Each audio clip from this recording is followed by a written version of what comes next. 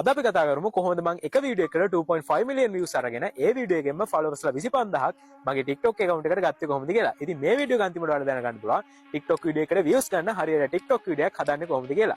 ඉතින් ඉස්සලාම අපි කතා කරමු කොහොමද TikTok එකේ algorithm එක වැඩ කරන්නේ කියලා. ඉතින් ඔයා වීඩියෝ එක upload කරගුවන් TikTok එක කරන්නේ ඒ වීඩියෝ එක 100 දෙනෙක්ට විතර පෙන්නන එක.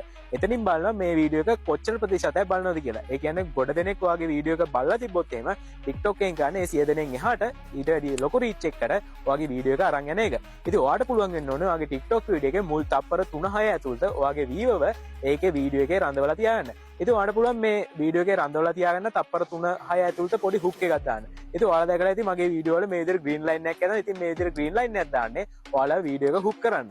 ඉතින් මේ විදිහට green line එකක් ගියාම ගොඩක් අය බය වෙනවා මොකද ෆෝන් එකේ display එකේ green line එකක් ගියා කියලා. එතකොට වෙන්නේ TikTok එකේ අර තප්පර 3-6 ඒ hook time එක ලේසියෙන්ම cover වෙන එක. ඉතින් මේකෙන් වෙන්නේ TikTok එකේ හිතනවා මේ වීඩියෝ එක ගොඩක් දෙනෙක් බලනවා කියලා. ඉතින් එතකොට TikTok එකෙන් කරන්නේ මේ වීඩියෝ එක තව ගොඩක් පිරිසකට reach කරන එක. ඉතින් ඔයාට පුළුවන් මේ feature එක නෙමෙයි මේ hook එක පාවිච්චි කරන්න. ඉතින් TikTok එකේ මුල් තප්පර 3-6 ඇතුළත ඔයාගේ වීඩියෝ එකේ මොන හරි වෙනසක් ගන්න. ඔයාට පුළුවන් අප්පුඩියක් ගහන්න නැත්නම් කැමරා එකේ පොඩ ඇන්ගල් එක වෙනස් කරන්න නැත්නම් මං වගේ green line එකක් දාලා වෙනම action එකක් දාන්න.